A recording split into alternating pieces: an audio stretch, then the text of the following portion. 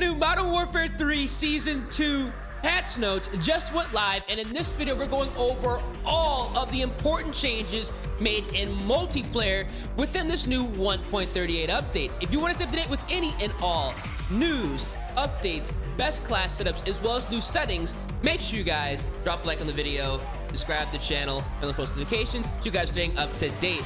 And as always, after the end of the video, let me know down in the comment section if you guys think these changes are a massive W or a complete L and not necessary. Let's get right meat and potatoes, which is going to be the gameplay changes as well as weapon balance. But as you guys can see here, we have new maps, Stash House, Vista, Departures, as well as DOS House from Call of Duty Vanguard. That's going to be returning in season. Honestly, the maps look pretty good. I'm really excited for DOS House. Close, short-range maps are always nice within Call of Duty, so I'm glad they went ahead and brought this into the game, especially in Modern Warfare 3, because they are making some adjustments within the gameplay and health regeneration. Now, what we have here are some new aftermarket parts. We have the Jack Burnout, which gives the Holger 26 an adverse fire mode that provides a dramatically increased fire rate, but will overheat and expand the barrel. It's pretty interesting. Introducing increased recoil over time. So kind of like the reverse Black Ops 2 hammer we're getting for the Holger 26. Interesting. We also are getting the Jack Tyrant 762 kit. This is going to be the longbow. This caliber conversion kit swaps out the receiver and magazine to accommodate 7.62 blackout ammunition for a harder hitting subsonic weapon. Okay, this looks pretty good on the longbow. Now we have the Jack backsaw kit. This is going to be for the Holger 556. Gives the Holger 556 a high capacity drum magazine in a side-by-side double barrel. Oh Jesus, allowing for the weapon to fire 2 bullets at once. So kind of like how they did the AMR9 Etten kit, they're doing this on the Holger 556. This is gonna be pretty interesting. We have the Jack Limb Ripper. It's gonna be an attachment unrivaled at creating close quarters carnage. This underbarrel chainsaw makes quick and messy work of anyone foolish enough to stand in your way. So they're bringing in the chainsaw from essentially like Gears of War in a Call of Duty. That's actually awesome. I'm really excited to go ahead and take a look at this. I ain't gonna lie. Now we have the Jack Maglift kit. Is gonna be on the Haymaker with a new binary trigger and reinforced magwell to accommodate the extra large .410 drum mag. This kit is room clearing machine. So the binary trigger is pretty much the same thing they have on the Core 45, where if you keep firing it, it's going to shoot faster and faster and faster, so it's borderline fully automatic. So I guess the oh my gosh, the Haymaker is going to get the same treatment. That's actually ridiculous. This is going to be really good. I can't wait to get my hands on this. We have the Jack Outlaw 277 kit on the Bass B. This conversion kit transforms the Bass B into a lever action rifle, slowing fire rate but vastly improving accuracy and deadlier precision. Oh my god. And then we have the Jack Glasses Optic, which is going to be a reflex optic, offers a projected dot and state-of-the-art stabilization technology that reduces visual recoil when firing. This is probably going to be a great attachment on all of the Modern Warfare 2 weapons. I'm definitely going to go ahead and get this unlocked as soon as possible. I think a lot of you guys should do the same. Now we are getting a new vest here. It's going to be called the Ninja Vest. Eliminate footstep sounds, immune to movement and movement reduction effects. So if you get stunned, you're not going to be slowed down. Bonus shuriken and throwing knife ammunition. Resupply shuriken and throwing knife every 25 seconds. So are you getting the throwing knife on top of what you already have? The Ninja Vest looks cool, but I think the Comms Vest is still going to be supreme within multiplayer, especially in 6v6. Now, we are getting new operators: Rick Grimes, Laswell, John Doe, and Michonne, badass from The Walking Dead. Let's go ahead and talk about some of the gameplay challenges here. So they're adjusting the ADS IO sway. While a player is aimed down sight, idle sway is active. This mechanic discourages players from holding down their sights for an extended period of time, obviously prevent people from literally sitting in corners and aim down sight. This is going to be reduced, so you're going to be a lot more accurate, especially when you are aimed down sight off the rip. This is actually massive because a lot of the Modern Warfare 2 weapons kind of suffer from this, and some of the Modern Warfare 3 guns as well. So this is going to be overall allowing us to be more accurate very quickly when we are aimed down sight, like immediately after aim down sight. This is actually great if you know how to center and snap aim. I'm gonna have to make another video after, you know, I get on the game when my download is done to see if these changes are making a massive improvement, because theoretically everybody that is centering and snap aiming should see a noticeable increase in their aim and accuracy, especially at longer ranges. I'm really liking this. This is going to be a nasty change with the multiplayer, and overall a massive W. The trajectory of bullets in representative of the hipfire crosshair position on the player's screen. Okay, so they're hipfire crosshair sway. The trajectory of weapon bullets is represented by the hipfire crosshair position on the player's screen. Previously, the crosshair was influenced by the direction of the weapon. Okay, that makes sense. That's why I always tell people to say center, causing the fire direction to deviate from center of the screen. Today's change eliminates the resulting compromise to accuracy without sacrificing the weight and reactivity of this motion added. Hipfire crosshair will no longer sway from the center of the screen while the player moves or rotates the camera. Oh my god. So they literally buffed centering and snap aiming. This is actually going to be insane. Look, both of these changes ensures players with fast reflexes and precise aim are disadvantaged. Okay, this change rewards skillful aim.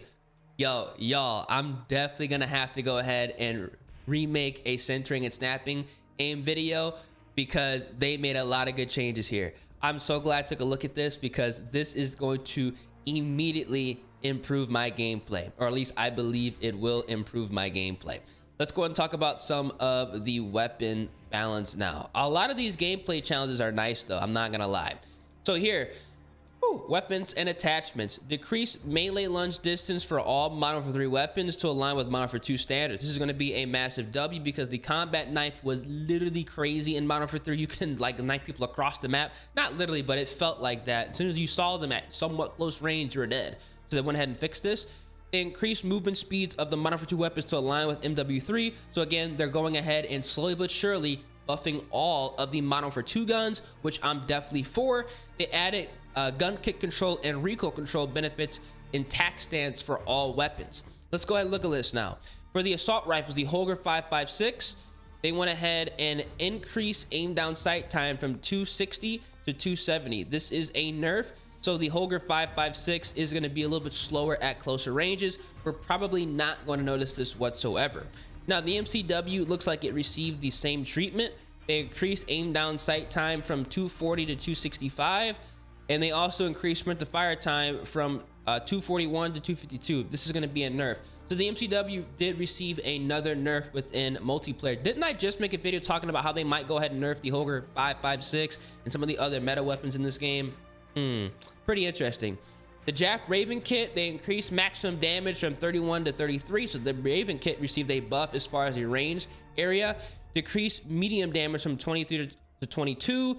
Decreased medium damage from 22 to 20. I spoke too soon. Decreased more maximum damage.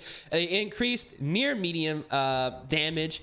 Increased medium damage range. Increased headshot multiplier from 1.4 to 1.5. Increased lower torso. Okay, they decreased hip fire spread, and they also decreased recoil and gun kick significantly. So the Jack Raven received overall some buffs here. This might be actually worthwhile using. It actually might be better than running just the regular MCW if you are playing multiplayer on a smaller size map. Now, Bass B. Didn't I just say something about the Bass B yesterday? They increased sprint to fire time from 231 to 252. So this is going to be another nerf on the Bass B. They increased aim down sight time from 260 to 270. They went ahead and nerfed it. We might not be able to notice this as well. Increased hip fire spread minimum from 2.3 to 2.9. Okay, so the Bass B did receive a nerf. Not really surprised here. This gun was amazing. Is it still going to be meta? I still think so. Now the Sidewinder, they increased bullet velocity from 540 to 600 milliseconds, which is pretty interesting. They decreased recoil and gun kick significantly. So the Sidewinder received a massive buff here in multiplayer, which is going to be a massive W here. I definitely believe it should receive a buff, because not that many people run the Sidewinder. It's probably one of the worst guns in the game in all reality. The Jack Thunder LMG kit, so this is going to be increasing delay before accelerated fire rate. and this is going to be decreased acceleration rate of the fire decay from 300 to 240, and they also increased the gun kick control by 35%. That's massive right there. So the jack under on the Sidewinder, this is going to be pretty interesting. Now we have the TAC V for the battle rifles as well as the Model 2 gun. They increased maximum damage range from 35.6 to 43.2, and they also increased near medium damage range from 48.3 to 55.9. So the TAC V received massive buffs. The Striker, they increased near medium damage range from 19.1 to 21.6. So the Striker received a buff in multiplayer, and they also increased medium damage from 25.4 to 27.9. So the Striker received another buff. Every update, they are buffing the Striker. So clearly, even though it's a good submachine gun, not that many people are doing good with it. That's really, really interesting here. For the AMR9, the Jack Etten double barrel, they added a missing hipfire crosshair. Not a big deal. But look at this. They buffed the WSP9. I just talked about this weapon too, not even 24 hours ago, how I wanted to see a buff. Awesome.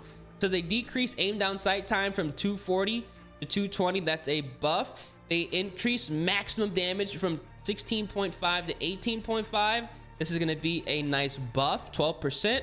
And they also increased near medium damage from 22.9 to 25.1. This is a nice buff on the WSP9. I'm going to go ahead and check this out immediately here within Season 2. I'm really happy about this.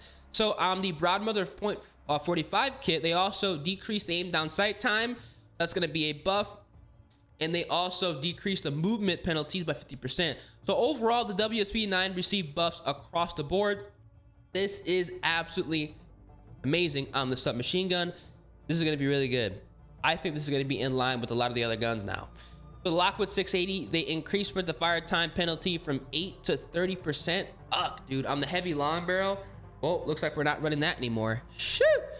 That's going to be noticeable. For the KV broadside, they decreased sprint to fire time again from 210 to 189. Oh, actually, they decreased the sprint to fire time on the KV broadside. This is a buff. They decreased aim down sight time from 330 to 240. Okay, so the KV broadside received a buff here. Pretty interesting. That's all I did for the shotguns. Thank God, because they don't need to be going crazy with these. For the light machine guns attack eradicator, they increased sprint to fire time from 210 to 252. That's going to be a nerf. And they increased aim down sight time from 330 to 340. So they went ahead and nerfed the attack eradicator. It was a very, very good weapon. The RAL MG, they decreased sprint to fire time from 216 to 199. That's going to be a buff. And they also decreased aim down sight time from 390 to 330. So they also buffed the RAL MG, a Model 2 weapon. No surprise. The 5.56 Icarus, they decreased sprint to fire time from 250 to 235. They're buffing all the MW2 guns. And they did the same thing to the RPK, which they reduced the aim down sight time from 410 to 380, which is a massive W. Now you guys can see here for the marksman rifles on the MCW 6.8, they're overall decreasing aim down sight time, which is going to be making the weapons a little bit better at those close to medium ranges. They decrease damage range by 18%. What the hell? On the MCW 6.8, they decreased bull velocity by 8%. They decreased hip fire spread. They decreased the, oh my gosh, so they nerfed the hell out the MCW 6.8. I'm not really sure how I feel about that. Again, they nerfed the DM56.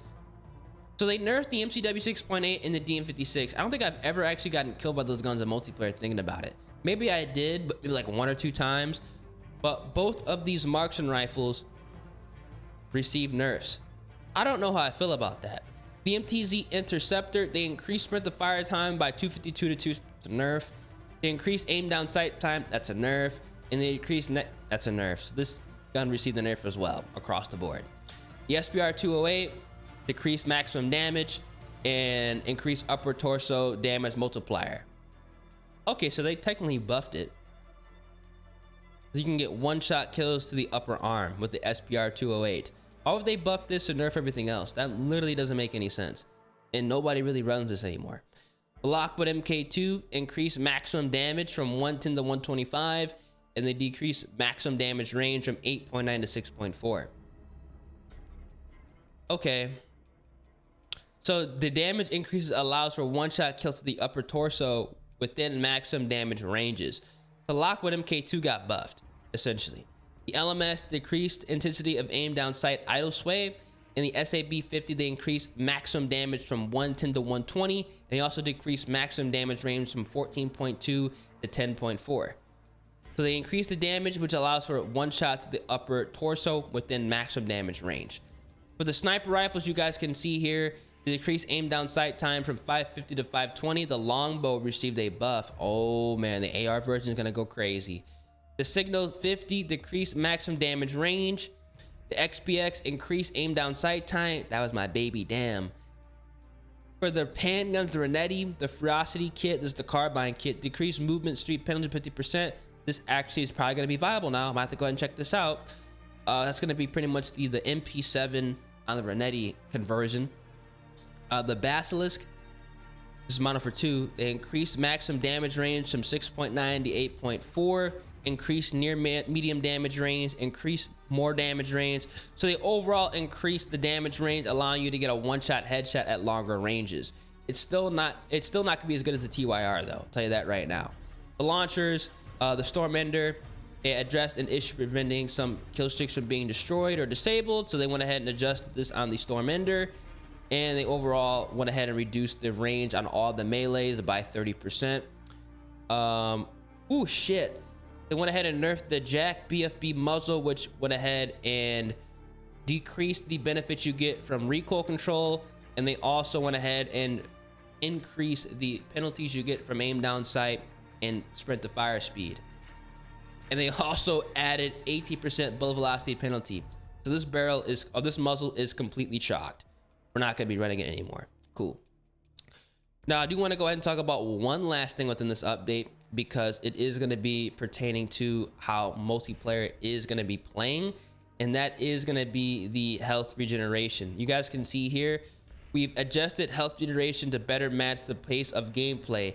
Now, for example, it'll only take around 5 seconds to heal from 1 to 150 from the previous 7.7 seconds. So this is going to be a massive change, allowing us to run and gun and overall have a better time, moving around the map, which is a massive W. Let me know down in the comment section what you guys think about all of these weapon changes. For the most part, I do think all these are going to be for the better. There's some random outliers where they went ahead and nerfed some guns where I don't think they need to be nerfed, but in all reality, they were like battle rifles and stuff like that, and marksman rifles, which nobody really uses. So overall, I think this is a massive W for an update. If you guys enjoy, feel free, drop a like on the video, subscribe to the channel, turn on notifications. I will make videos going over the new aim mechanics as well as all the buffs on especially a lot of the submachine guns. Catch you guys in the next one.